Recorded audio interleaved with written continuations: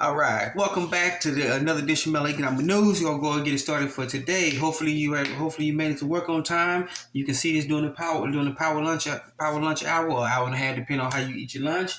I'm at home, got the dogs, they fed, and let's get it started for today. We're gonna deviate from showing the markets today. I'm going to hit you something that's more important. This is how we've been trying to tell you that the central banks are full of crap. They're full of it, and then they've been lying to people. We're going to play a video from about 2011, where this was at the time Congressman Ron Paul, not Rand Paul, his son, but Congressman Ron Paul, the daddy, the former U.S. Air Force surgeon, and now Congressman at the time. He was questioning Ben Bernanke at the time. If I'm correct me if I'm wrong, but head of Ben Bernanke, the head of the Federal Reserve, chairman of the Federal Reserve, when he asks these questions. So pay attention to what he says, and we're going to tell you how we've been showing how they're all full of crap and they're lying. So without further ado, here we go. Very quickly, if you could answer another question, because I'm curious about this. You know, the price of gold today is $1,580. The dollar during these last 3 years was devalued almost 50%. When you wake up in the morning, do you care about the price of gold? Well, I pay attention to the price of gold, but I think it reflects a lot of things. It reflects global uncertainties. I think the reason people hold gold is as a protection against what we call tail risk, really, really bad outcomes. And to the extent that the last few years have made people more worried about the potential of a major crisis, then they have gold as a protection. Do you think gold is money? No. It's not money. Even if it has been money for 6,000 years, somebody reversed that and eliminated that economic law. Well, it's an asset. I mean, it's the same. Would you say treasury bills are money? I don't think they're money either, but they're financial Why do assets. central banks hold it? Well, it's a form of reserves. So why don't they hold diamonds? Well, it's tradition, long-term tradition. Now, some people still think it's money. I yield back. My time is up. Thank you. Do you think gold is money? No. It's not money. All right, there you go. That's the time of head of the Federal Reserve, chairman of the Federal Reserve at the time, Ben Bernanke, flat out telling Congressman Ron Paul on a congressional hearing in C-SPAN, C-SPAN 3, that he says gold is not money. And when Ron Paul asked him, well, then why do central bank hold it? He deflected and did everything he could. All right, so this shows that they think we're idiots. All right, and they're all full of crap. They're hoarding gold left and right. You got news articles coming out everywhere saying central banks are holding it, and then you got clowns like this jackwagon here telling everybody, then don't hold gold. It's a dead relic. You can look at it. It's just sitting there pretty, telling you don't own it, and the sheep will fall for it. So don't fall for it. We just wanted to bring you this one to show this is how they think we are. Okay. So good angle to Ron Paul, the former congressman, for pointing that out. Okay, so let's get on to the news. All right, let me see. Here are the 15 largest banks in the U.S. Okay, if you take I'll move the camera over to a little bit of the right here. Here we go. And as you can see here, things are about to get really interesting. JP Morgan Chase. Remember, when they say JP Morgan and then you separate and say Chase, it's all one bank, all right? Chase Bank is JP Morgan Chase Bank, all right? Number 2, Bank of America. Boy, they're in deep trouble. All right, Citigroup, Wells Fargo. Boy, Wells Fargo can't seem to stay out of the headlines for what they've been doing. U.S. Bancorp, not really well known to us plebeians, but it's out there. PNC Financial Services, Truist Financials. Boy, they in trouble. We reported on that one. All right, Goldman Sachs. Oh, my goodness, boy. In and out of government is Goldman Sachs, all right? All right, Capital One Financial. All right, TD Group U.S. Holdings. Bank of New York Mellon. State Street. All right, you got State Street, Citigroup, Citizens Financial, and let me get the camera back out a little bit. If you can see here, look what's number 14 of the largest banks. First Republic Bank. And private and Morgan Stanley private bank, all right. Then First Bank is now declaring bankruptcy. So one of the 15 largest banks in the U.S. in deep trouble, and they're in the headlines. All right. So if one of the top 15 are in trouble, what's going on with the other ones? What is really going on? State Street is up there too. They're in deep trouble. All these banks are in trouble, and we got one of the top 15 banks in the U.S. in deep, deep trouble. Okay. So that lets you know about something that's actually going on here in the States about if this banking issue, okay? One of the top 15 is in trouble. Let's go ahead and, I'm going to say, then the other top 14 banks are in deep trouble, okay? All right? Just not relegated to the smaller banks like the mainstream media are telling us. This is the big banks are in deep trouble too. This is why they're getting the bailouts, even though they bailed out Silvergate and Silicon Valley. They're in deep trouble. They're in deep trouble. All right, so we've reported they go to the repo window at nighttime and beg the Federal Reserve for money to patch up. So they all go to the banks and they all go to the Federal Reserve when they beg for a patch up. All right. So we wanted to bring you that one of the top 15 largest banks in the U.S. are in deep trouble, and we might as well say, as we reported, number 7 is in deep, deep trouble too. All right, and all of them, boy, we can't get out of. Our banks can't get out of trouble for nothing. All right. All right. So with that being said, we want to thank you. This is from bankrate.com. All right, bankrate.com. All right, then we got an article here from English.almayadeen.net, English.almayadeen.net, all right? U.S. dollar may lose status of global reserve currency. Janet Yellen, Treasury Secretary. This was made, an article, yesterday, all right?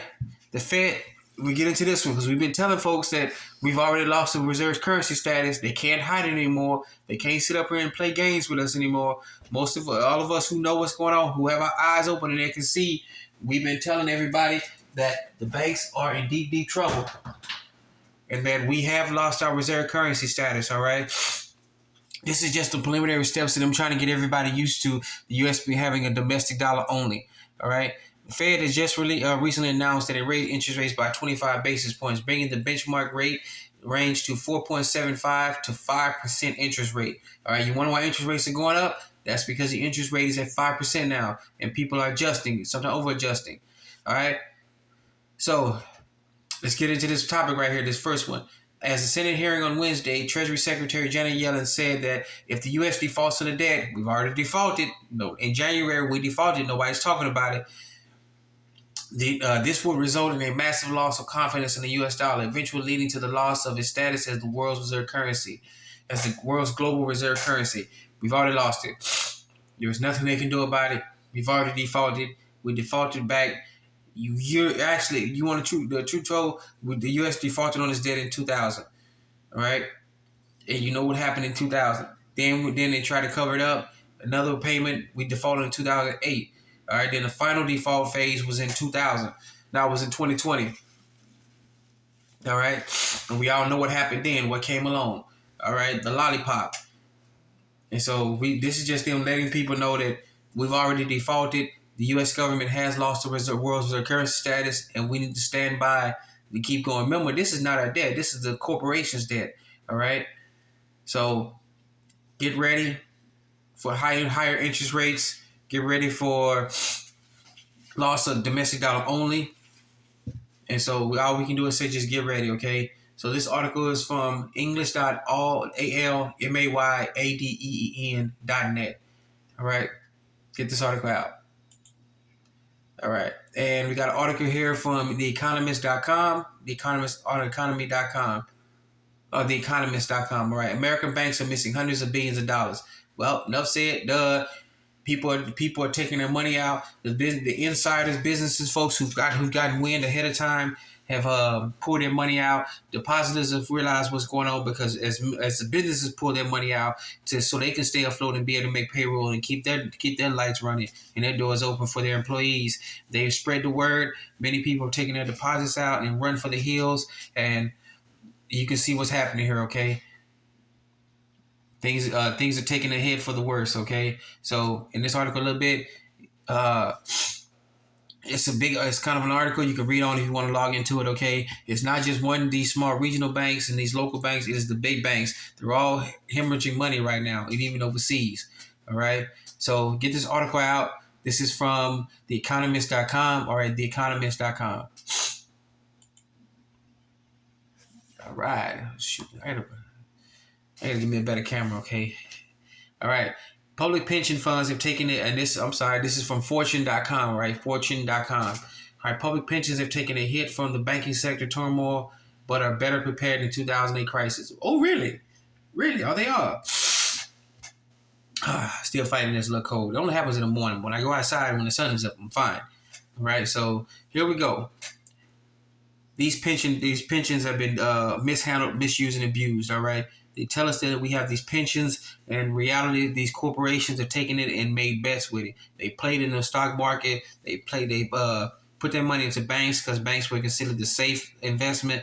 And now that the banking turmoil has happened, these pension funds, they didn't get the word until it was probably almost too late, and now they're having to scramble to get money to replenish their pension funds, because soon enough you got the last generation of the baby boomers retiring, you got the next generation set up to retire, and then my generation is coming up. We're starting our first phase of getting into thinking about retirement, and we're winding down our contributions to the economy, and we're going to start asking, what's going on with our money? Okay, are we good to go? And we're going to turn around and see that our pensions are screwed up. They're broke. They don't have any money. They bet it all, and now these folks are going to run for the hills. So I find this article here says the pensions are better than 2008. We'll see. We'll see about that one. Okay, so get this article out. This is from Fortune.com. All right, Fortune.com. All right, then we got another article here saying the pensions, and this is exactly what we've been talking about. We want to go in more depth. This is from Gazette.com. Gazette.com. SCB Collapse. Pension funds may lose millions after bank failure. There you go, right there. These pension folks and these corporations in charge of these pension funds, they put their money, they put their bets in these banks. They made other nefarious deals and bets with your money, with our money, and they may lose out, and many people are going to be left saying, "Where's my pension at? I thought I had 5 to 6 figures in my pension. What's going on? High five, low six, and sometimes high 6-figure pensions in there, and I'm trying to collect my pension. What's going on? And we don't have any. Sorry, we don't have any money, and that's all they're going to tell you. We don't have any. We're doing what we can, or there's a glitch, and we'll get it to you later." So, enough said with this article right here. Okay, you want to read it? Read it. I encourage you to read it so you can make up your own mind, okay? All right, so get this article out. This is from the Gazette.com, right? Gazette.com. And then for our final article here, this is from TASS.com, TASS.com, right? TASS.com. We want to leave it on a good note here for today. Russia wrote off $20 billion in African nations' debt, Putin says, all right? So most African nations were ran by puppets of the East and West, and then they're finally trying to get their act together. It's shown major improvement, and many African nations have joined the BRICS. They've joined the BRICS alliance, in the economic alliance as well too. They've joined the Shanghai Cooperation Organization, and they're finally getting their act together. They've got leaders who've actually got their backbones and their spines back, and they've decided to stand up to these banksters and these banksters, okay, and whoever else wanted to take advantage of them. And they've started to take care of their people. They're getting their stuff together. We've reported that Zimbabwe has issued gold, real actual gold bullion to their people. That's real money. And with them getting themselves together and getting their spines back, the Russians have said, okay, we're going to show you some relief. We're going to help you out here, and all the money we've given you, we're going to forgive 20 billion of it. Even though 20 billion may be a drop in the bucket, it shows a good faith that African nations have taken the steps to save themselves, all right? And then when you do for yourself, things come around, and you start seeing other people helping you out too, okay? Because you're not sitting around waiting on someone else to help you, all right? So get this article out. This is from TASS.com, right? TASS.com. I could be butchering that. Please help me out in the comment section, all right? So once again, I want to thank you for joining us. Another Melon Government News. Gotta say it. Please like and subscribe. Hit that notification bell so you get the latest news, all right? Once again, want to thank you. Remember, you're your own best financier, your own best credit union, your own best savings and loans, right? You're your own best banker. Take charge of your own finances, all right? Remember, take care of yourself first. then your family, then your neighbors, community, and reach out to other communities, all right? Once again, thank you for joining us. Another Just Melicom News. Be safe, be sound. Like, subscribe, and comment. Hit the notification bell. And let's get it started.